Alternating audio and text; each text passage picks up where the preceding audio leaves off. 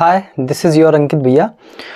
आज की क्लास में हम लोग क्या करेंगे कि हम लोग आज फ्रिक्शन के कुछ क्वेश्चन देखने वाले हैं और ये फ्रिक्शन के काफ़ी सिंपल क्वेश्चन होते हैं और इन क्वेश्चनों में आपको बहुत से कॉन्सेप्ट देखने को मिलेंगे। जैसे कि बच्चों आज हम लोग पहले सवाल को डील करेंगे जिसमें लिखा हुआ है a ball is rolled on ice with velocity of 14 metre पर second comes to rest after travelling 40 metre, find the coefficient of friction. एक ये सिंपल सवाल है।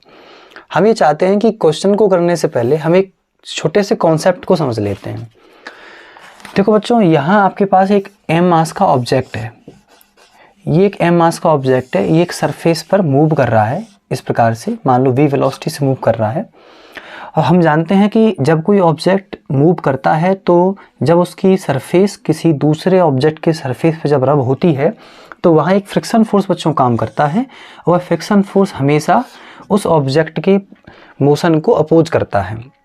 अब देखिए यहाँ ये जो फ्रिक्शन फोर्स है, इस फ्रिक्शन फोर्स का वैल्यू कितना हो सकता है। तो आप जानते हो कि फ्रिक्शन फोर्स का मैक्सिमम वैल्यू जो होता है वो mu times the normal reaction होता है। मौजूदा स्थिति में आप देख सकते हो कि इस m मास के ऑब्जेक्ट पर यहाँ एक mg फोर्स लगेगा और ऊपर की ओर एक नॉर्मल फोर्स काम करेगा। तो आप यहाँ से एक चीज़ कह सकते हैं कि जो n है वो mg के बराबर है।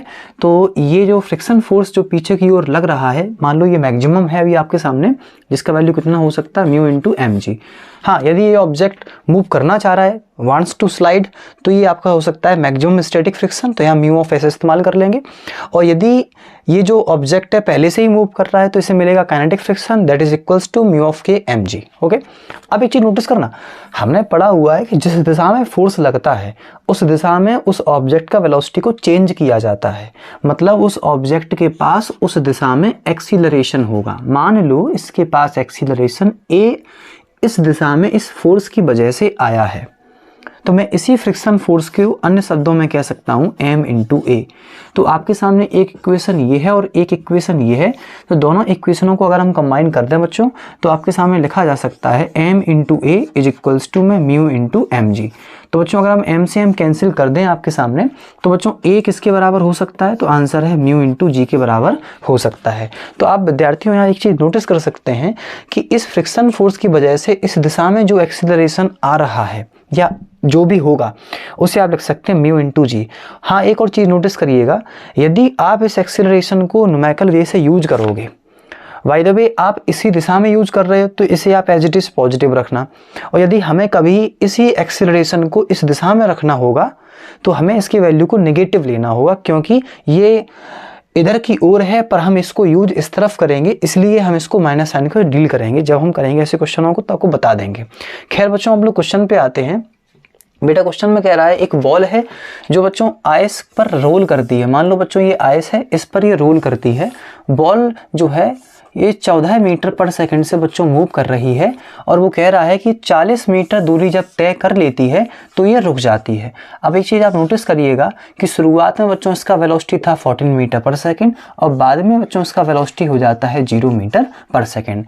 अब अगर इसका वेलोसिटी बच्चे घटकर अगर 0 हो चुका है तो स्वाभाविक है कि बच्चों इस पर क्या लगा होगा, पीछे की ओर एक फ्रिक्शन फोर्स काम किया होगा। चूँकि ये पहले से ही ऑब्जेक्ट मोशन में था इसलिए मैं बोलता हूँ इस पर एक काइनेटिक फ्रिक्शन फोर्स पीछे की ओर काम करता होगा।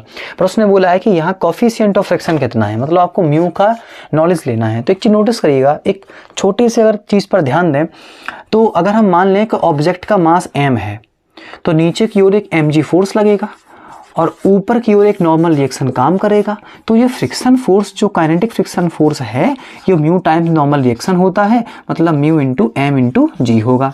लेकिन अगर आप नोटिस करना चाहें तो इस ऑब्जेक्ट का वेलोसिटी घट गया है तो निश्चित तौर पे ये जो फोर्स है इस फोर्स ने इस ऑब्जेक्ट पर पीछे की ओर एक तरीके से एक्सीलरेशन डेवलप किया है या कह सकते हो रिटार्डेशन डेवलप किया है। ठीक है, तो इसके द्वारा बेटा जो भी एक्सीलरेशन है वो मान लो a है, तो बच्चों मैं आपसे साफ कह सकता हूँ this force is also equals to m into A. अगर बच्चों कंबाइन करोगे तो फिर से क्या आ जाएगा, म्यू इंटू जी आ जाएगा। हालांकि ये मैंने क्यों आपको दोबारा रिवाइज करवा दिया, उसके पीछे रीजन ये मैं आपको बताना चाहता हूँ कि यही कॉन्सेप्ट को देखो दोबारा हम यहाँ यूज कर रहे हैं। ऐसी बहुत सी बच्चों जगह आएंगी इन क्वेश्चनों में जिनमें हम इन बहुत से कॉन्सेप्टों को, मतलब बहुत से क्वेश्चनों में हम इन कॉन्सेप्टों को यूज करेंगे। सुनो बच्चों, हमें बेसिकली म्यू निकालना है। तो लिए गए सिचुएशन में अगर देखा जाए तो A equals to mu into g formula है।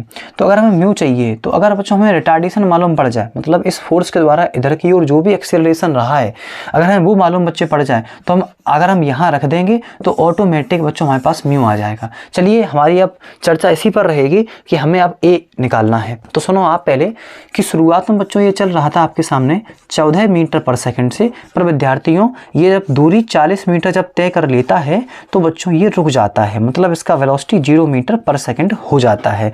तो बच्चों हमें निकालना है एक्सीलरेशन। तो सुनो बच्चों, v square equals to formula लगाएंगे आप u स्क्वायर प्लस 2as। बच्चों v आपके सामने 0 है, u का स्क्वायर तो 14 का बच्चों स्क्वायर हो जाएगा प्लस 2 इंटू a आपको निकालना है, और बच्चों s कितना है आपके सामने 40 है। तो विद्यार्थियों अगर हम इसे यहाँ लेके जाएंगे तो 14 का स्क्वायर बच्चे 196 होता है, तो इसे मैंने यहाँ लिख दिया आपके सामने। अब देखिए मैं यहाँ लिख सकता हूँ 2 इंटू ए इंटू, या इसे आप सीधा कर दो 80 इंटू ए। तो बच्चों a इक्वल्स टू क्या आ जाएगा 196 अपॉन 80।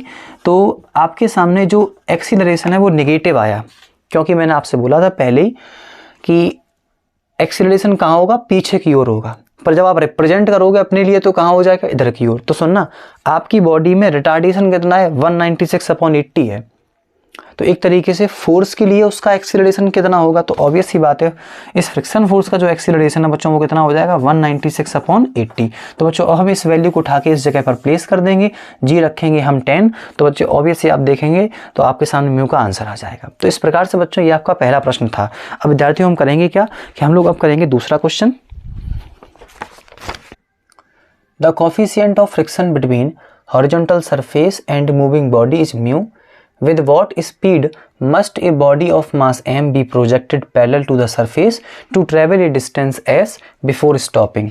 एक बच्चों बॉडी है वो एक सरफेस पर ट्रैवल करती है, और उस सरफेस का और इस बॉडी के बीच में जो सरफेस है उसका जो कोफिशिएंट ऑफ फ्रिक्शन है वो बच्चों वो म्यू है।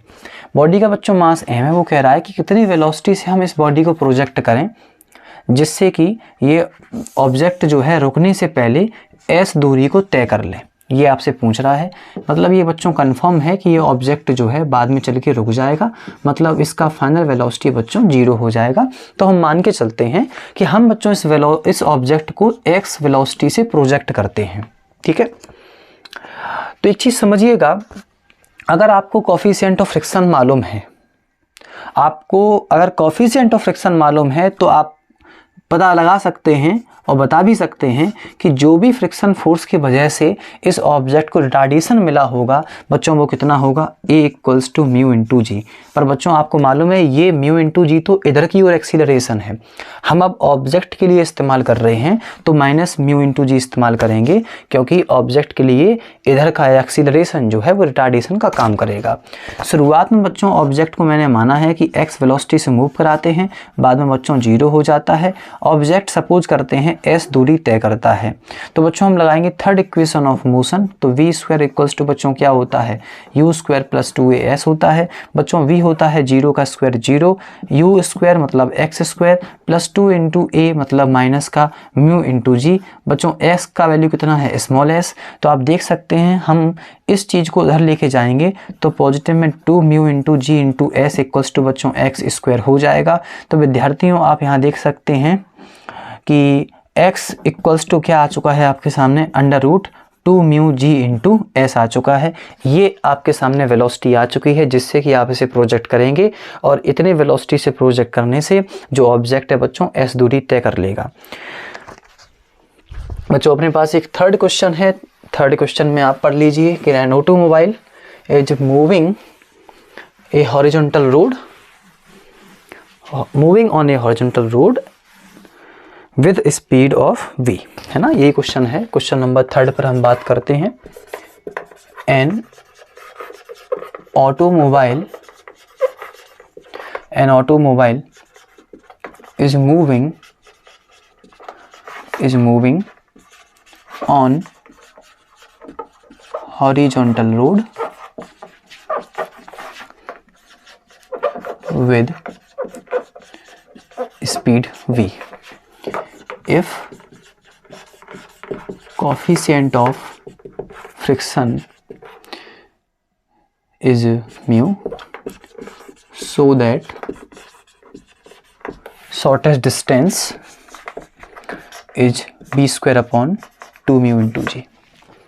एक बच्चों ऑटोमोबाइल है, मतलब स्वयं चलने वाला एक ऑब्जेक्ट है, वो बच्चे देखा जाए तो हॉरिजॉन्टल रोड पर v वेलोसिटी से जा रहा है, पर वो कह रहा है कि ये प्रूव करके दिखाओ कि अगर उस रोड का कोफिशिएंट ऑफ फ्रिक्शन अगर म्यू है तो जितनी डिस्टेंस बाद वो रुक जाएगा वो डिस्टेंस आपके सामने v square upon 2 mu into g होगा। अगर आप दिमाग से सोचेंगे बच्चों तो ये क्वेश्चन जस्ट पीछे वाले से थोड़ा मैच करेगा।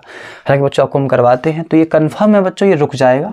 तो बच्चों इसका बाद का जो वेलोसिटी है, जो कैपिटल V जो है वो आपका बच्चों 0 हो जाएगा। शुरुआत में ये मूव करता है कितने स्पीड से, v से। कोफिशिएंट ऑफ फ्रिक्शन बच्चों कितना है, म्यू। तो इधर की ओर एक्सीलरेशन हो जाएगा म्यू इंटू जी, पर हमें इधर की ओर के लिए इस्तेमाल करना है तो बच्चों ये हो जाएगा माइनस का म्यू इंटू जी।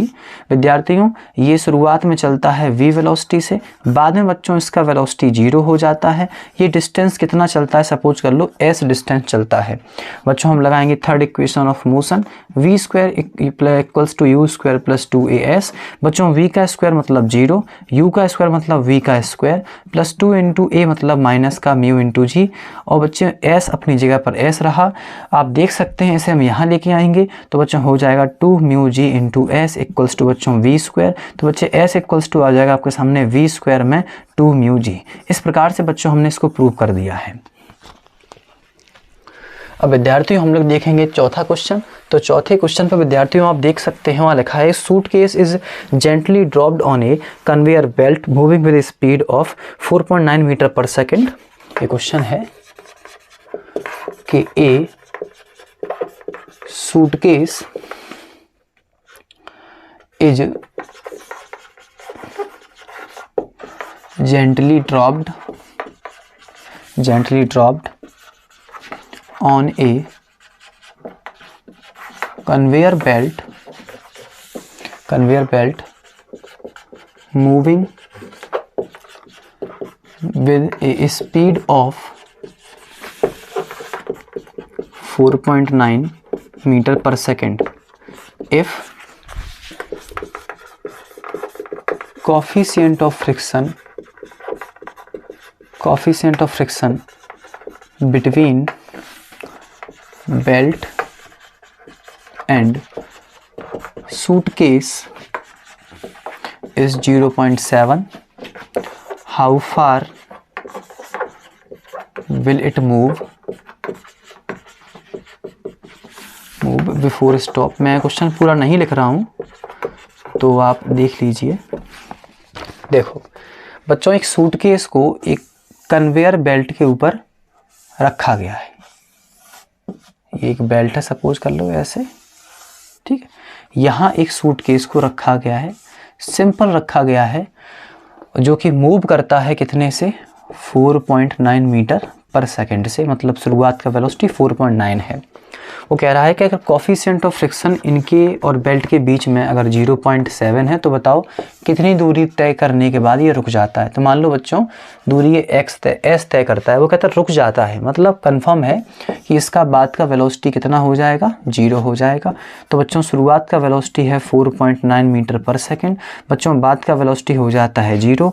एक्सीलरेशन जो इधर की ओर होगा, देखो फ्रिक्शन फोर्स तो इधर लगाएगा और वो एक्सीलरेशन हो जाएगा म्यू इंटू जी, पर हमें यहाँ की बात करनी है तो माइनस का म्यू इंटू जी। बच्चों म्यू कितना यहाँ पे है 0.7, तो 0.7 इंटू जी मतलब 10, कितना बच्चा आपको सामने आ गया है 7 मीटर पर सेकंड स्क्वायर, है ना, ये भी आ गया है। तो आपके सामने ए आ चुका है। बच्चों डिस्टेंस आपको निकालनी है, तो विद्यार्थियों मैं आशा करता हूँ आप लगाएंगे v square equals to u square plus 2as और उससे आप इस डिस्टेंस को निकाल लेंगे।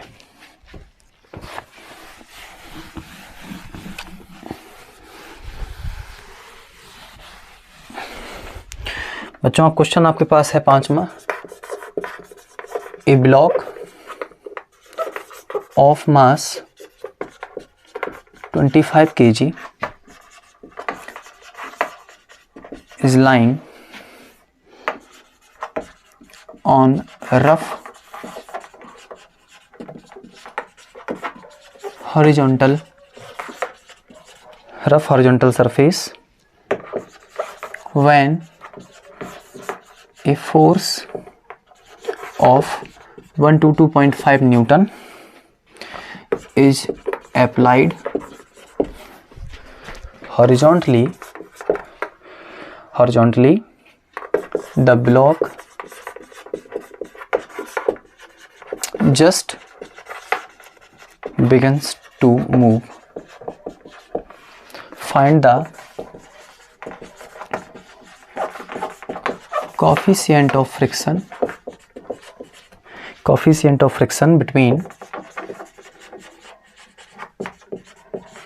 surface block. देखिए बच्चों, एक ब्लॉक है जिसका मास 25 kg है और उसको एक रफ हॉरिजॉन्टल सरफेस पर रखा जाता है और इस पर एक फोर्स 122.5 न्यूटन लगाया जाता है। तो block just begins to move. जब भी आपसे कहता है शुरू करना ही, उसने चलना शुरू किया है, तो आप समझ जाना जो ये फोर्स लगाया गया है वो मैक्सिमम स्टैटिक फ्रिक्शन फोर्स के बराबर होगा। तो हमें याद है कि स्टैटिक फ्रिक्शन फोर्स बच्चों सेल्फ एडजस्टिंग फोर्स होता है। आप सपोज करते हैं कि आपने 1 न्यूटन लगाया, बॉडी नहीं चली, मतलब उधर से 1 न्यूटन। आपने 5 लगाया, बॉडी नहीं चली, 5 न्यूटन। आपने जैसे ही 5.1 लगाया तो बॉडी जस्ट मूव की है। इसका मतलब है मैक्सिमम स्टैटिक फ्रिक्शन आपका 5 रहा होगा। यहाँ कह रहा है कि इतने से ही जस्ट बिगिन किया है, उसने थोड़ा सा मूव किया है। इसका मतलब है कि आपको अभी जो फ्रिक्शन फोर्स जो लेना पड़ेगा बच्चों, वो फ्रिक्शन फोर्स आपको 122.5 न्यूटन लेना पड़ेगा। आपसे कोफिशिएंट ऑफ फ्रिक्शन की मांग कर रहा है। बच्चों हम लोग जानते हैं maximum value of static friction जो होता है वो mu times the normal reaction होता है।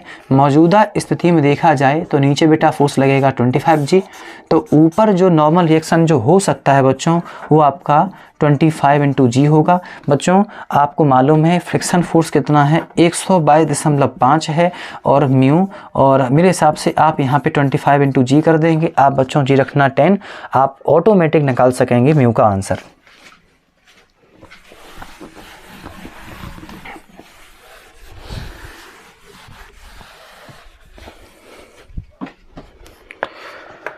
बच्चों क्वेश्चन नंबर 6 है,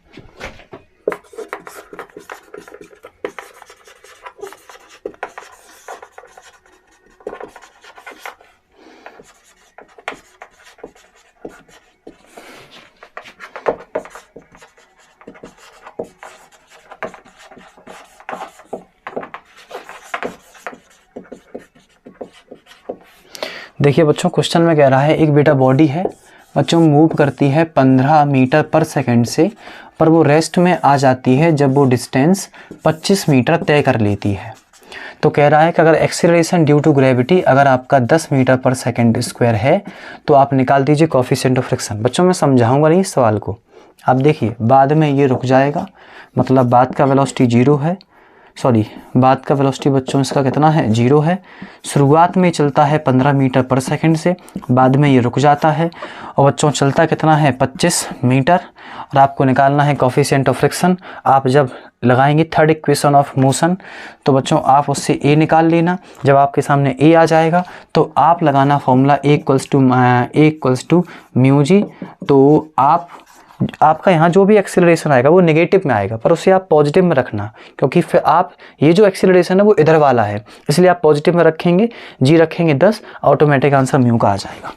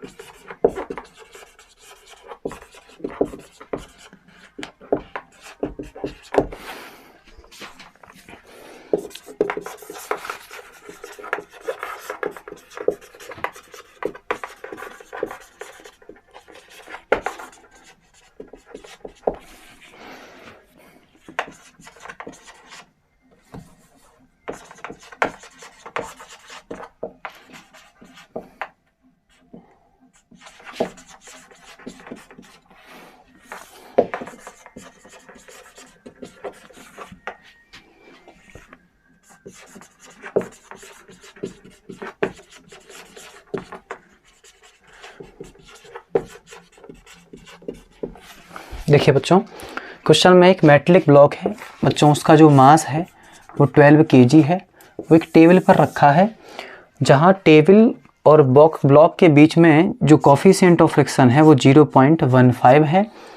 और इस ब्लॉक पर एक फोर्स लगाया जाता है 15 न्यूटन, जिससे कि जो ब्लॉक है मूव हो सके। फोर्स लगाया जाता है हॉरिजॉन्टली, जिससे ब्लॉक मूव हो सके। तो कह रहा है इस बात की भविष्यवाणी करिए कि ब्लॉक मूव करेगा या नहीं करेगा।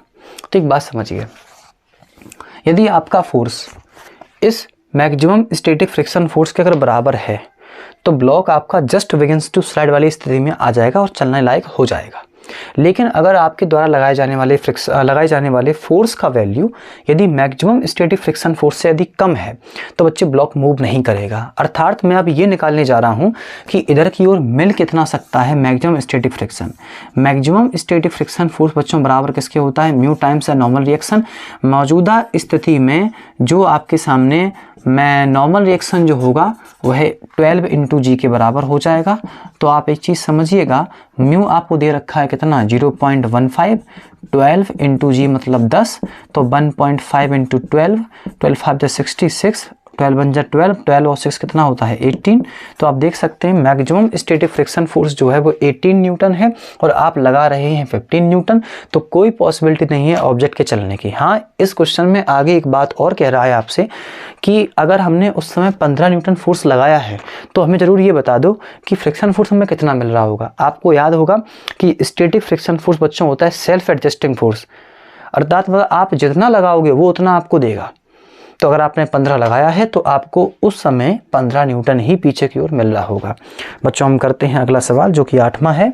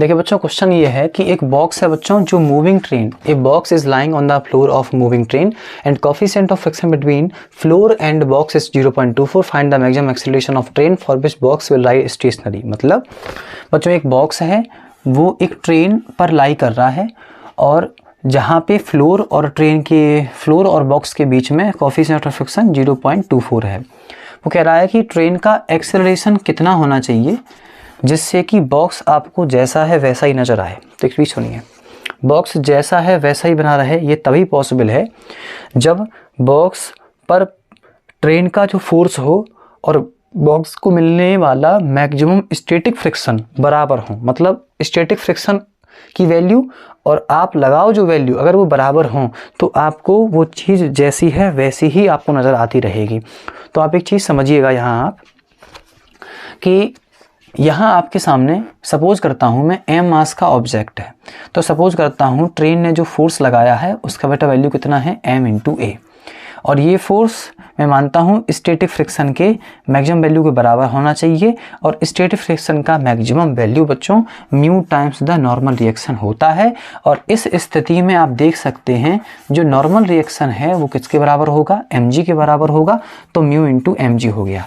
तो आप एक चीज़ देखिए, अगर हम इन्हें इक्वेट कर दें, ये एक्सेलरेशन ट्रेन के द्वारा दिए जाने वाला है, तो m इंटू ए बराबर बच्चों क्या आ जाएगा, म्यू इंटू एम जी। आप इसको कैंसिल कर दीजिए। म्यू आपका 0.24 है, जी कितना होता है 10, तो 2.4 मीटर पर सेकेंड स्क्वायर। यदि बच्चों ट्रेन का एक्सेलरेशन 2.4 मीटर पर सेकेंड स्क्वायर रहता है तो बॉक्स आपको स्टेशनरी ही नज़र आएगा। अब देखिए बच्चों अगला सवाल आपके लिए।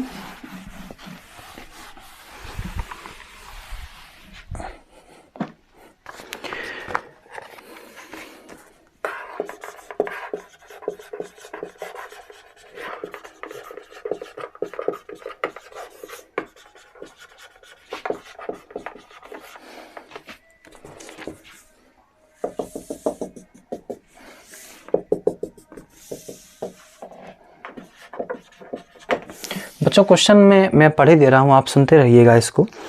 ए wooden block A of mass 6 kg is placed on another identical block B of mass 8 kg lying on a horizontal wooden table. It is found that when a force 12 Newton is applied on the block A, it just begins to slide over the surface of block B. Find the maximum force that can be applied on the block B so that the two blocks just move together, given that the coefficient of friction between the surface of block B and the table is 0.25. तो आप देखिए question बच्चों ये कह रहा है आपसे, एक पर्टिकुलर ब्लॉक है A, वो दूसरे ब्लॉक पर लाई कर रहा है।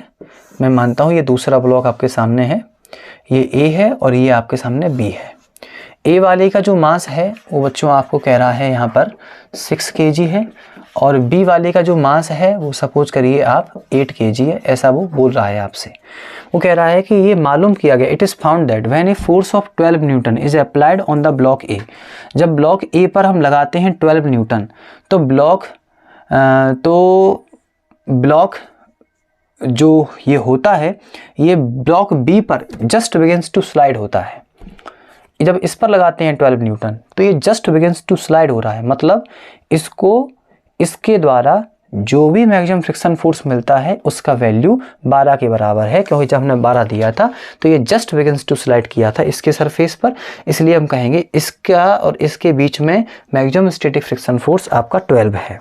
अब आप आगे देखिए, वो कह रहा है क्वेश्चन में कि अब आप ये बता दो कि ब्लॉक बी पर हम मैक्सिमम कितना फोर्स लगाएं जिससे कि दोनों ब्लॉक एक साथ मूव करें। ठीक है, given that coefficient of friction between block B and table is what 0.25। वो कह रहा है अगर इनके बीच में कोएफिशिएंट ऑफ फ्रिक्शन कितना हो आपके सामने 0.25 हो, तो बता दीजिए कि आप हम इस पर कितना फोर्स लगाएं जिससे ब्लॉक आसानी से चल सके। तो एक चीज़ समझिए, जब आप इस पर फोर्स लगाएंगे ऐसे तो बच्चे होगा क्या कि आपको फ्रिक्शन फोर्स इधर की ओर मिलेगा, और आप जानते हो कि आपको फोर्स जो लगाना पड़ेगा वो मिलने वाले फ्रिक्शन फोर्स के बराबर ही लगाना पड़ेगा। तो पहले ये मालूम करते हैं कि आपको मैक्सिमम स्टैटिक फ्रिक्शन फोर्स मिलेगा कितना। हम जानते हैं ये mu times the normal reaction होता है। अगर हम मानते हैं इसका मास m ऑफ ए है, इसका मास m ऑफ बी है, तो ये दोनों मिलकर सरफेस पर कितना फोर्स लगाएंगे ग्रेविटी के द्वारा, तो आंसर है m of A plus m of b और इनटू बच्चों क्या आ गया g। तो इतने ही के बराबर बच्चों ऊपर क्या मिलेगा आपको नॉर्मल रिएक्शन। तो मैं यहाँ कह सकता हूँ mu times m of a plus m of b और इनटू में बच्चों क्या आ गया g। ठीक है, ये मिलेगा। ये कोएफिशिएंट ऑफ फ्रिक्शन इन दोनों के बीच का है जो कितना है आपके सामने 0.25। तो बच्चों ये है आपके सामने 0.25, m ऑफ a है 6, ये है 8 और ये है तुम्हारे सामने कितना 10। तो ये इधर पहुंचा दीजिए तो 2.5 इंटू बेटा कितना हो जाएगा 14। तो इससे तो बच्चों इसका आंसर आता है 35.0 न्यूटन। तो आपको जो मैक्सिमम स्टैटिक फ्रिक्शन जो है वो कितना मिल सकता है 35.0। ठीक है, तो आपको इतना ही फोर्स ब्लॉक बी पर लगाना होगा जिससे कि ऑब्जेक्ट दोनों आगे की ओर मूव करेंगे। अब देखिए बच्चों question, a horizontal force of 12 kg pushes a block A of weight 5 kg against a wall. बच्चों एक दीवार है, उस दीवार के अगेंस्ट एक ब्लॉक को धक्का लगाया जाता है। ये एक ऑब्जेक्ट एक ब्लॉक है और उस पर एक फोर्स लगाया जाता है कितना, तो आंसर है 12 किलोग्राम फोर्स। लेकिन उसका जो वेट है वो 5 किलोग्राम फोर्स है। तो कह रहा है कि अगर ब्लॉक और दीवार के बीच में अगर स्टैटिक फ्रिक्शन की वैल्यू अगर 0.5 है, अगर ब्लॉक चलने लगे उस समय का काइनेटिक फ्रिक्शन अगर 0.4 है, तो आप कुछ प्रश्नों का जवाब दीजिए। पहला प्रश्न कि क्या ब्लॉक पहले ना चल रहा हो तो क्या स्लाइड होगा। दूसरा प्रश्न, अगर पहले से स्लाइड कर रहा है तो क्या तुम्हारा फोर्स इसे रोक पाएगा। तो दोबारा आप क्वेश्चन समझिएगा, एक ब्लॉक है, उस पर हम फोर्स लगा रहे हैं 12 kgf और इसका वेट कितना है 5 kgf। तो है क्या, प्रश्न ये है कि आपके फोर्स लगाने के बावजूद क्या ब्लॉक नीचे चलेगा या नहीं चलेगा। तो वो कह रहा है, अगले क्वेश्चन में ये बोल रहा है कि मान लो पहले ब्लॉक खिसक रहा हो, फिर तुम लगाओ 12 kgf, तो क्या तुम्हारा जो पर्टिकुलर फोर्स है उसे रोक पाएगा नहीं रोक पाएगा, ये प्रश्न है। तो देखो, आप अपने फोर्स को सब बात छोड़ो, पर इस पर एक ध्यान दो कि जब ये ब्लॉक मान लो रुका हुआ है, ये वाला पार्ट हम कर रहे हैं पहले, मान लो पहले ब्लॉक रुका हुआ है, तो मान लो पहले ब्लॉक नहीं मूव कर रहा है, तो अगर इसका वेट जो इसे नीचे लेके जाएगा, अगर उसकी value maximum static friction force से कम है या बराबर है, तो ब्लॉक मूव नहीं करेगा, मतलब नीचे नहीं जाएगा। तो अगर आप देखना चाहें तो हमें निकालना पड़ेगा पहले मैक्सिमम स्टैटिक फ्रिक्शन जो ऊपर की ओर लगता है, जिसका formula mu of S times the क्या हो जाएगा, नॉर्मल फोर्स। बच्चों स्टैटिक फ्रिक्शन वैल्यू कितनी है 0.5 इंटू नॉर्मल रिएक्शन। आपको मैं बार बार बताता हूँ, नॉर्मल फोर्स वो होता है, या नॉर्मल फोर्स उस फोर्स के अपोजिट होता है जो सरफेस के पार्टिकलों को प्रेस करता है। सरफेस के पार्टिकलों को कौन सा फोर्स प्रेस कर रहा है, ये 12 किलोग्राम फोर्स। तो जो नॉर्मल फोर्स होगा वो कौन सा होगा, जो इधर की ओर लगेगा। कहने का मतलब है, आप ये मत सोचना कि mg तो इधर की ओर है तो नॉर्मल फोर्स ऊपर हो जाएगा, ऐसा कुछ नहीं है। ये फोर्स इधर की ओर लग रहा है, तो आप सरफेस के पार्टिकलों को ऐसे दबाओगे तो सरफेस के पार्टिकल बदले में आपको ऐसे बच्चों फोर्स देंगे। यदि आपने इनको दबाया है 12 किलोग्राम फोर्स से, तो ये आपको नॉर्मल फोर्स 12 किलोग्राम फोर्स ही देंगे। तो मतलब बच्चों कहने का ये हुआ कि जो आपके सामने नॉर्मल फोर्स है बच्चों, वो किसके बराबर होगा, तो आंसर है 12 kgf होगा। बच्चों का 12 का इंटू इसमें करेंगे तो बच्चे क्या हो जाएगा, 6 kgf आपके सामने आएगा। मतलब जब आप 12 kgf लगा रहे हैं और ऑब्जेक्ट जब रुका हुआ है, तो इस mg को नीचे, इस mg को अपोज करने के लिए जो ऊपर स्टैटिक फ्रिक्शन फोर्स बच्चों जो है वो कितना है 6 किलोग्राम फोर्स है, और वेट कितना नीचे है 5 किलोग्राम फोर्स। तो आप देख सकते हैं कि ऑब्जेक्ट नीचे की ओर नहीं जाएगा। बच्चों अगला प्रश्न है कि मान लो अगर ये पहले से थोड़ा थोड़ा स्लाइड कर रहा हो और फिर आप फोर्स लगाओ, तो क्या आप रोक पाओगे। तो सुनो, जब ये मूव कर रहा होगा तो बच्चों ऊपर तुम्हें मिलेगा काइनेटिक फ्रिक्शन। तो यदि काइनेटिक फ्रिक्शन फोर्स और ये अगर बराबर हो, या काइनेटिक फ्रिक्शन फोर्स ज़्यादा हो ये कम हो, तो ब्लॉक रुक जाएगा। और अगर आपका काइनेटिक फ्रिक्शन फोर्स और ये में अंतर है, मतलब ये ज़्यादा है ये कम है, तो ब्लॉक आपका नीचे ही चला जाएगा। तो मालूम हमें ये करना है कि काइनेटिक फ्रिक्शन फोर्स की मैक्सिमम वैल्यू बच्चों किसके बराबर है। ये बच्चों किसके बराबर होती है, mu times the normal reaction. बच्चों म्यू ऑफ की टाइम्स, बच्चों म्यू ऑफ की कितना है 0.4 है, और नॉर्मल इसमें बच्चों कितना होता है 12 kgf है, क्योंकि आप ऐसे ही लगा रहे हो इसको। 12 4 जा 48, तो 4.8 किलोग्राम फोर्स, मतलब फ्रिक्शन फोर्स जो ऊपर की ओर चलते समय जो होगा वो 4.8 होगा। और पृथ्वी से कितने से खींच रही है 5 किलोग्राम फोर्स से, तो ऑब्वियस सी बात है कि आपके फोर्स लगाने के बावजूद भी आप इसे नहीं रोक पाएंगे। बच्चों ये ब्लॉक जो है नीचे की ओर चला जाएगा।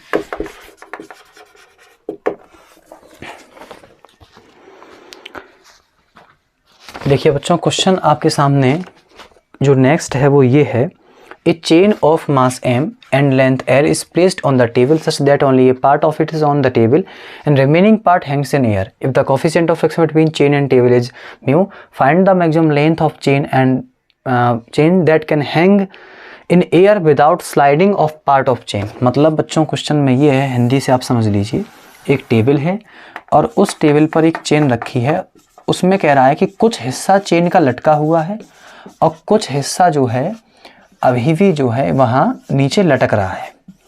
अब देखना एक चीज़ कि चेन का जो हिस्सा लटका हुआ है वो बेसिकली क्या होगा, नीचे की ओर फोर्स लगाएगा, जिससे हो सकता है कि चेन खिसक कर नीचे की ओर गिर जाए।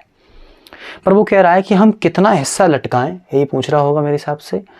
हाँ, वो कह रहा है कितना हिस्सा मैक्सिमम लटकाएं जिससे कि जो हिस्सा टेबल पर है और जो हिस्सा हवा में लटका हुआ है वो एज इट इज़ बना रहे। तो हम ऐसा मान के हमें बताया गया है कि चेन का मास कितना है, m। तो इसका मास है बच्चों m और इसकी जो लेंथ है विद्यार्थियों वो लेंथ है कितनी, कैपिटल L। इसकी पूरी लेंथ है कैपिटल L। तो मान लो इसका आपने सिर्फ और सिर्फ x हिस्सा लटकाया हुआ है, तो कितना हिस्सा टेबल पर होगा, तो मान के चलते हैं L माइनस x हिस्सा टेबल पर है। अब आप सुनो, ये जो x हिस्सा है इसका जो भी मास है उस पर जब ग्रेविटेशनल फोर्स लगेगा ना, वो चेन को नीचे लेके आएगा। पर अगर इस इधर वाली चेन का पीछे वाला फ्रिक्शन फोर्स का वैल्यू और नीचे वेट के अगर बराबर होता है तो चेन एज इट इज रखी रहेगी, चेन मूव नहीं करेगी। मतलब कहने का ये हुआ, अगर इसका वेट जो चेन को इधर लेके आ रहा है अगर वो फ्रिक्शन फोर्स के बराबर है, मतलब फ्रिक्शन फोर्स अपने आप को मैनेज किया है इसके साथ में, तो चेन नहीं मूव करेगी। तो मतलब विदाउट स्लाइडिंग वाले बच्चे केस में आपसे हम साफ कहेंगे कि अगर फ्रिक्शन फोर्स यदि बराबर होता है वेट ऑफ हैंगिंग पार्ट, तो भैया ये मूव नहीं करेगा। तो पहले एक काम करते हैं, पहले निकालते हैं वेट ऑफ हैंगिंग पार्ट। तो वेट निकालने के लिए आपको मास मालूम होना चाहिए, ठीक है। तो एक चीज़ समझना आप, L लंबाई में कितना पूरा मास है इसके चेन में, L लंबाई में पूरा मास कितना है, m। तो 1 मीटर में मास कितना होगा, m अपॉन L। तो x हिस्से में कितना मास होगा, तो बच्चे हो जाएगा वो m upon L into x. तो यहाँ जो मास है वो कितना है, m upon L into x है। तो नीचे बच्चों कितना वेट होगा, तो बेटा therefore weight of hanging part WH, weight of hanging part बच्चों क्या हो जाएगा, मास इंटू ग्रेविटेशनल एक्सीलरेशन। बच्चों ये मास है, इंटू में क्या हो गया, ग्रेविटेशनल एक्सीलरेशन। अब फ्रिक्शन फोर्स निकाल लेते हैं जो इधर की ओर लगेगा। सबको बच्चों मालूम है कि जो फ्रिक्शन फोर्स होता है, मैक्सिमम स्टैटिक फ्रिक्शन फोर्स जो होता है वो म्यू टाइम्स दा बच्चों किसके होता है, नॉर्मल रिएक्शन के। मान लो इसका अगर मास आप m मानते हैं तो बच्चों वो m इंटू जी कहाँ लगेगा, नीचे की ओर। तो ऊपर बच्चों क्या आएगा, नॉर्मल रिएक्शन। तो ये नॉर्मल रिएक्शन इस mg के ही बराबर होगा। तो आप एक चीज़ समझिए, m किसका है, इस हिस्से का मास है। तो नॉर्मल रिएक्शन में आप रखेंगे m इंटू जी, पर आपको इसका मास रखना होगा। तो हमें अब इसका भी मास निकालना पड़ेगा। कैसे, 1 मीटर हिस्से में कितना मास है, m अपॉन L। तो ये कितना हिस्सा यहाँ पर है बच्चों, L माइनस एक्स। तो अगर 1 मीटर में m अपॉन L है तो L माइनस एक्स में बच्चों कितना हो जाएगा, तो आंसर है m अपॉन L इंटू में L माइनस एक्स। तो इसका जो भी मास है वो कितना होगा, तो आंसर है m upon L into L minus x. तो हम बेटा साफ कह सकते हैं mu into mass of hanging mass of chain placed on table into में जी, और ये मास है कितना, तो आंसर है m upon L into L minus x. तो m upon L into L minus x into में बच्चों क्या हो गया, जी। तो ये आपके सामने है फ्रिक्शन फोर्स। तो बेटा फ्रिक्शन फोर्स मैंने यहाँ रख दिया आप, क्योंकि अब वो एक्सप्रेशन वाली बात आ चुकी है, L minus x into g. और वेट बच्चों कितना है, आंसर है m upon L into x into g. आप देख सकते हैं ये और ये कैंसिल हो गए, ये और ये कैंसिल हो गए, तो ये बचा, इसका इंटू आप अंदर कर दीजिए बच्चों। तो mu into L into mu into x equals to x. तो आप इस वाले को उधर ले जाइए, तो आप देखेंगे mu into L equals to हो जाएगा, एक्स कॉमन आएगा, अंदर आ जाएगा 1 प्लस म्यू। तो बच्चों आप कह सकते हो x equals to mu into L upon में 1 प्लस म्यू। तो इस प्रकार से आप देख सकते हैं कि जो हिस्सा तुम्हें लटकाना है उसका बच्चों वैल्यू होगा आपके सामने म्यू इंटू L अपॉन में 1 प्लस म्यू। इस प्रकार से बच्चों ये हमने क्वेश्चन नंबर 11वां कर चुके हैं।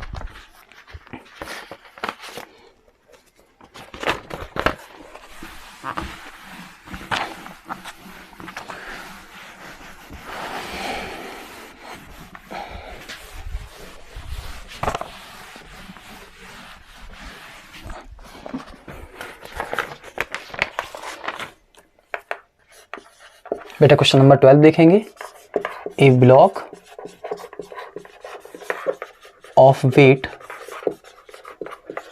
20 newton is placed on the table on a horizontal table and tension T which can be increased to 8 Newton. ठीक है, करते करते हाँ बेटा पहुंच गए फ्रिक्शन तक। तो मैं क्वेश्चन पढ़ रहा हूँ, आप देखिएगा। A block of weight 20 newton is placed on a horizontal table and a tension T which can be increased to 8 Newton before the block begins to slide is applied at the block. A force of 4 Newton keeps the block moving at constant speed. Once it has been set in motion, find the coefficient of static and mechanical friction. सुनो बच्चों, एक table पर block रखा है, उस block का जो wait है वो आपका 20 न्यूटन है, मतलब नॉर्मल रिएक्शन भी 20 होगा। उस पर एक टेंशन फोर्स लगता है और उस टेंशन फोर्स को इंक्रीज करके, मतलब बढ़ा करके 8 न्यूटन कर दिया है, जिससे कि ब्लॉक, इससे पहले block just begin to slide था। ये क्वेश्चन में आपको मालूम है, अगर आपके फोर्स से बॉक्स या ब्लॉक जो भी चीज़ है अगर जस्ट बिगिन्स टू स्लाइड है, मतलब आपका फोर्स और पीछे लगने वाला मैक्सिमम स्टैटिक फोर्स आपस में बच्चों बराबर होंगे। मतलब मैक्सिमम स्टैटिक फ्रिक्शन फोर्स जो है बच्चों वह आपके सामने कितना है, एक तरीके से 8 है। पर आप जानते हो इसको हम कैसे देते हैं, म्यू टाइम्स एन देते हैं। अब एन यहाँ किसके बेटा बराबर है, 20 के। तो आप जब 20 रखोगे, 20 बेटा नीचे पहुँच जाएगा, तो म्यू इक्वल्स टू हो जाएगा 8/20। पर वो आगे क्वेश्चन में आपसे कह रहा है कि अगर इसी ब्लॉक, अगर ये एक बार मोशन में आ जाए तो इसी ब्लॉक को 4 न्यूटन फोर्स के द्वारा आराम से, 4 न्यूटन फोर्स के द्वारा आराम से कांस्टेंट स्पीड से आगे मूव कराया जा सकता है। कमाल की बात सुनना, फोर्स आप लगा ही रहे हो लेकिन ऑब्जेक्ट कांस्टेंट स्पीड से चल रहा है। अगर आप फोर्स लगा रहे हो और ऑब्जेक्ट अगर चलता है कांस्टेंट स्पीड से, इसका मतलब है आपका फोर्स और पीछे लगने वाला काइनेटिक फ्रिक्शन फोर्स बराबर होंगे।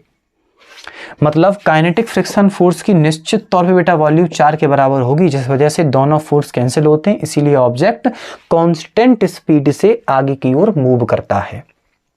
अगर बच्चों हम बात करें काइनेटिक फ्रिक्शन फोर्स के मैक्सिमम वैल्यू की, तो म्यू टाइम्स नॉर्मल रिएक्शन होता है बच्चों, म्यू ऑफ के, यहाँ म्यू ऑफ एस होगा। तो ये 4 हो गया बच्चों। आप जानते हो एन की वैल्यू 20 है, तो 4/20 आपके सामने आंसर आ गया। इस प्रकार से mu of s, mu of के।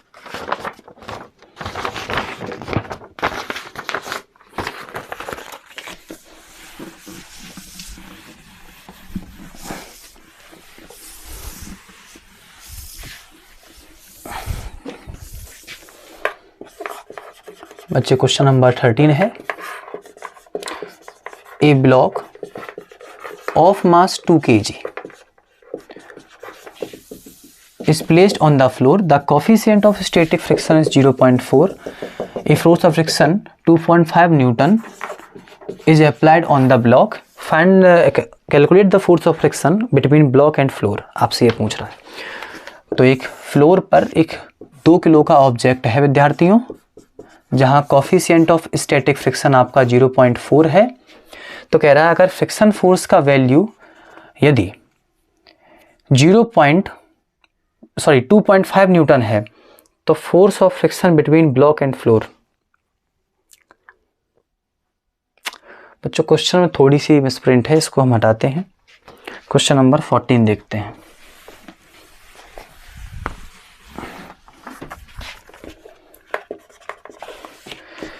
A force of 49 Newton is sufficient to pull a block of wood of weight 10 kg on a rough horizontal surface. Calculate the coefficient of friction and angle of friction. ये question है आपके सामने बच्चों। देखिए बच्चे, एक particular block है बच्चे, उस ब्लॉक का जो वेट है वो 10 किलो है, मतलब नीचे की ओर 10 × g फोर्स लगता है, तो ऊपर की ओर नॉर्मल फोर्स भी 10 g ही होगा। उस पर्टिकुलर ब्लॉक पर 49 न्यूटन फोर्स जो है वो सफिशिएंट से मूव कराने के लिए। तो वो कह रहा है कि कोफिशिएंट ऑफ फ्रिक्शन निकालो, मतलब म्यू आप निकालिए। तो सफिशिएंट है मूव कराने के लिए, इतना फोर्स सफिशिएंट है मूव कराने के लिए, इसका मतलब है मैक्सिमम फ्रिक्शन फोर्स भी आपको उतना ही मिलता होगा। अगर हम कहें कि 49 Newton force is not sufficient, it means that what ever the force is acting behind acting in the opposite side of this force is maybe greater than 49 Newton. But in this case it is saying that this force is capable to move it. It means that the whatever you are experiencing friction force in just opposite to it, it is also equals to 49 Newton. तो आप बच्चों आप देख सकते हैं कि यहाँ जो फ्रिक्शन फोर्स होगा वह भी बच्चों कितना होगा, आपके सामने आंसर है 49 न्यूटन होगा। तो आपसे कोफिशिएंट ऑफ फ्रिक्शन पूछ रहा है तो आप जानते हो इस चीज़ के बारे में बच्चों।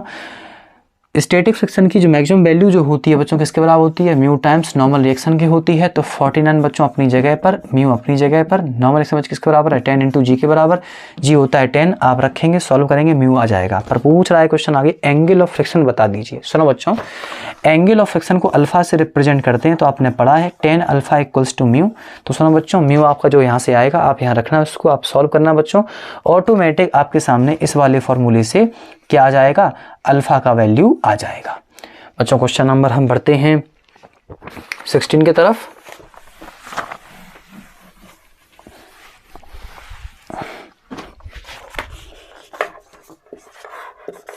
A mass of 4 kg rest on a horizontal plane.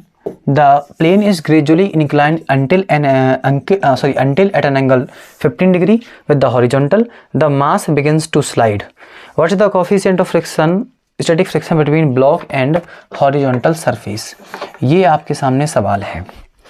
मतलब एक हॉरिजॉन्टल प्लेन पर एक ऑब्जेक्ट रखा था 4 किलो और उस प्लेन को धीमे धीमे इंक्लाइंड किया गया है 15 डिग्री के साथ में, जिससे कि ऑब्जेक्ट जिसका मास 4 kg था वो जस्ट बिगिंस टू स्लाइड हो जाए।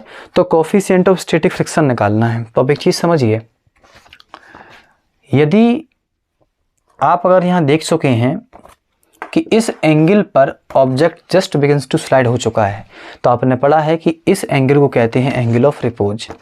और एंगल ऑफ रिपोज जो होता है वो बराबर उसका टेंजेंट बेटा बराबर किसके होता है, कोफिशिएंट ऑफ स्टैटिक फ्रिक्शन के। तो बच्चों आप यहाँ रखेंगे 10-15 डिग्री इक्वल्स टू म्यू।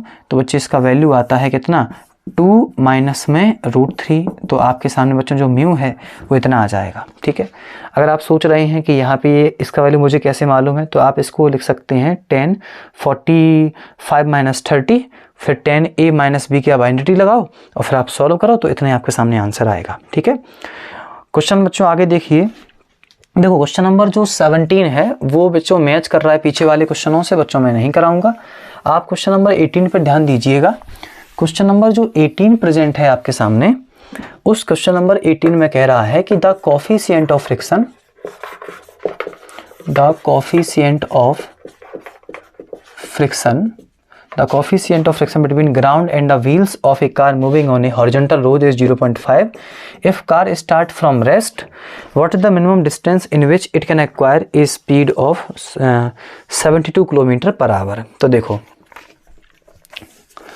बच्चों एक पर्टिकुलर रोड है, ठीक है, या हाँ ठीक है बच्चे, उस पर एक कार रेस्ट से चलना शुरू करती है। मतलब उसकी शुरुआत में जो स्पीड है वो 0 होती है। वो कहता है वो गेन कर लेती है कितनी स्पीड, 72 किलोमीटर पर आवर।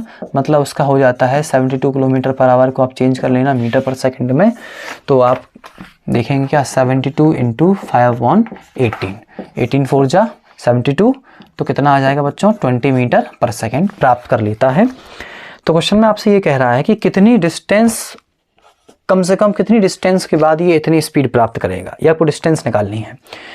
जहाँ पे आपको कोफिशिएंट ऑफ फ्रिक्शन दे रखा है 0.5, ये मुझे बताने की कोई आवश्यकता नहीं पड़ रही है, शायद मुझे लगता है आप कर लेंगे इस सवाल को। वैसे मैं आपको बता ही दे रहा हूँ कि शुरुआत में वेलोसिटी कितनी बेटा इसकी है 0, बाद में इसकी बच्चों वेलोसिटी हो जाती है 20 मीटर पर सेकेंड। आपको वो डिस्टेंस निकालनी है। एक्सीलरेशन किसके बेटा बराबर होगा, आपको मालूम है, जब आप इधर की ओर करेंगे, इधर की ओर जब आप ले जाएंगे इसको, तो क्वेश्चन कहाँ गया, तो जो आप एक काम करना कि आप माइनस का म्यू इंटू के इंटू जी वाला फॉर्मूला लगाना, इससे आप एक्सीलरेशन निकाल लीजिएगा और उस एक्सीलरेशन को आप ऐसे कैसे लगाए, जीरो रखोगे ना यहाँ पे, -0.5 इंटू जी रखोगे ना, तो आप सॉल्व करना और लगाना थर्ड इक्वेशन ऑफ मोशन लगाना, उससे ऑटोमेटिक आप एस निकाल लेना। ठीक है, इस तरह से बच्चों हम क्या करेंगे, 18 सवाल हम कर चुके हैं। आप बच्चों 19वां सवाल देखिए, तो कह रहा है कि the maximum determine the maximum acceleration, determine the maximum acceleration, determine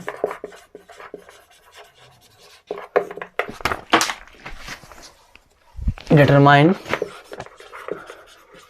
the maximum acceleration of a train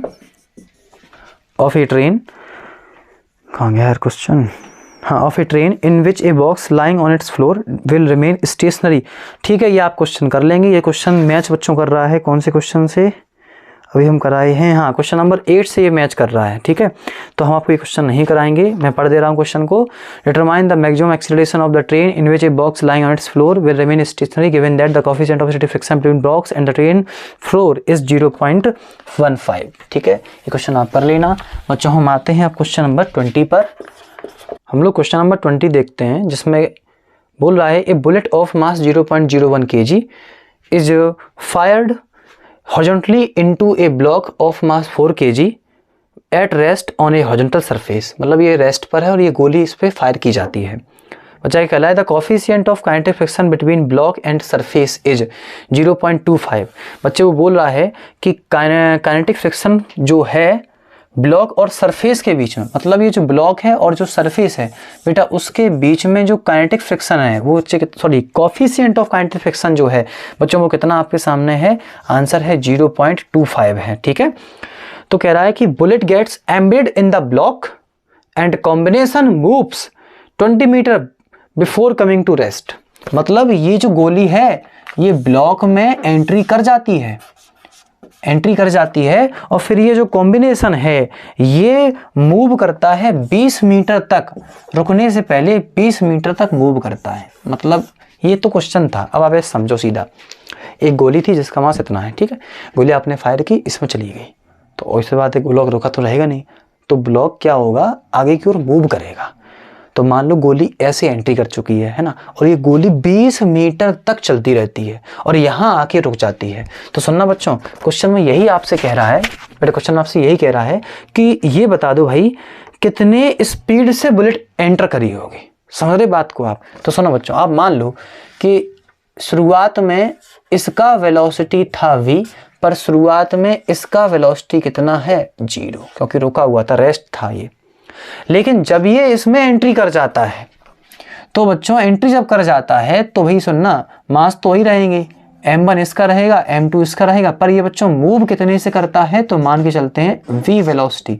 v इनकी कॉमन वेलोसिटी है, दोनों लोग अंदर ही है और ये मूव करते कितने वेलोसिटी से, v वेलोसिटी से। अभी ये पार्ट आप देख लो, ठीक है। तो बेटा एक्चुअली नोटिस करना, एंट्री करने से पहले इनका पूरा मोमेंटम कितना होगा, तो बच्चों इसका मोमेंटम कितना हो जाएगा, तो आंसर है m1 u1। बच्चों इसका कितना हो जाएगा, आंसर है m2 u2। और इसका कितना हो जाएगा, तो आंसर है m1 b। और बच्चों इसका कितना हो जाएगा, तो आंसर है m2 इंटू b। आपको मालूम है गोली चलाने से पहले का मोमेंटम, गोली चलाने के बाद मोमेंटम बच्चों कैसा होता है, बराबर। अब आप सोच रहे हैं मैंने क्या लगा दिया, तो सुनो, हमें क्या निकालनी है, v। इसी को लगाने के बाद ही आप देखेंगे आपका v आ पाएगा। ये क्वेश्चन एक अच्छा क्वेश्चन है, इसको 2 स्टेप में किया जाता है, तो आप देखते रहिए बस यहाँ पे, ठीक है। सुनना बच्चों, आपका बच्चे u1 कितना है, v के बराबर है, m1 कितना है 0.01, तो 0.01 इंटू v। ये बच्चों कितना है 0, तो बेटा हटाई दो, को मतलब नहीं है इसका, तो बराबर में b यहाँ कॉमन आएगा बच्चों। तो m1 यहाँ कितना है आपके सामने 0.01, और बच्चों m2 कितना है 4, बेटा b मैंने बाहर कर दिया। तो मुझे निकालना क्या है कि कितने वेलोसिटी से गोली फायर की गई है, तो आपको v निकालना है। बेटा v किसके बराबर होगा, तो आंसर है 4.01 अपॉन 0.01, और बेटा इनटू में क्या आ गया v, कैपिटल V है ना। कौन सी कैपिटल V, ये जा रहे हैं ना, ये वाली वेलोसिटी।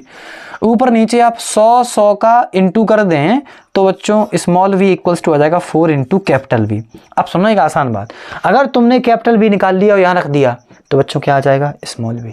अब वो जो कैपिटल V है वो यहाँ के बच्चों कॉन्सेप्ट से आएगा। अब देखो वो कैसे आएगा, सुनना, इसका पार्ट अलग है। शुरुआत में ये दोनों चीजें कितने से चल रही थी, तो आंसर है 20 है। कितनी डिस्टेंस के बाद रुक जाती हैं, 20 मीटर रुक जाती हैं ना, हाँ, तो मतलब v इक्वल्स टू कितना हो गया, 0। अगर तुम्हें एक्सीलरेशन मालूम पड़ जाए तो बच्चों क्या आ जाएगा, v। कौन सी इक्वेशन से, थर्ड इक्वेशन ऑफ मोशन से। एक चीज सुनना, ये ब्लॉक रुका कैसे होगा, आंसर है ये सरफेस से स्ट्राइक कर रहा है, सरफेस से फ्रिक्शन फोर्स दे रहा है, मतलब फ्रिक्शन फोर्स के द्वारा रुका है। और फ्रिक्शन फोर्स के द्वारा जो इस दिशा में बच्चों एक्सीलरेशन होता है वो क्या होता है, म्यू ऑफ के इंटू जी, म्यू ऑफ के इंटू जी। पर हम इस्तेमाल यहाँ के लिए बच्चों कर रहे हैं तो क्या हो गया, माइनस का म्यू ऑफ के इंटू जी। म्यू ऑफ के कितना है, 0.25 है, तो माइनस 0.25 इंटू बेटा कितना आ गया, 10, तो माइनस बच्चों कितना आ गया, 2.5 मीटर पर सेकंड स्क्वायर। मतलब बच्चों जो एक्सीलरेशन है वो कितना है, minus 2.5 metre per second square. हम आशा करते हैं कि आप लगाएंगे कौन सी equation, third equation of motion, जो बच्चों ये लिखी है। आप सॉल्व करिएगा, आप बच्चों यहाँ से निकालिएगा v, आप यू रखेंगे ना, आप यहाँ से v निकाल लीजिएगा और बच्चों उस v को उठा करके बच्चों आप यहाँ प्लेस कर देना, आपके सामने वो वेलोसिटी आ जाएगी जिस वेलोसिटी से बच्चे गोली को इधर की ओर फायर किया गया है। देखो कंसेप्ट समझो आप, यहाँ दो हिस्से थे, यहाँ हमने क्या किया, हमने पहले law of conservation of momentum लगाया, उससे हमें एक ऐसा एक्सप्रेशन बच्चों मिला जिससे कि हम निकाल सकते हैं स्मॉल b।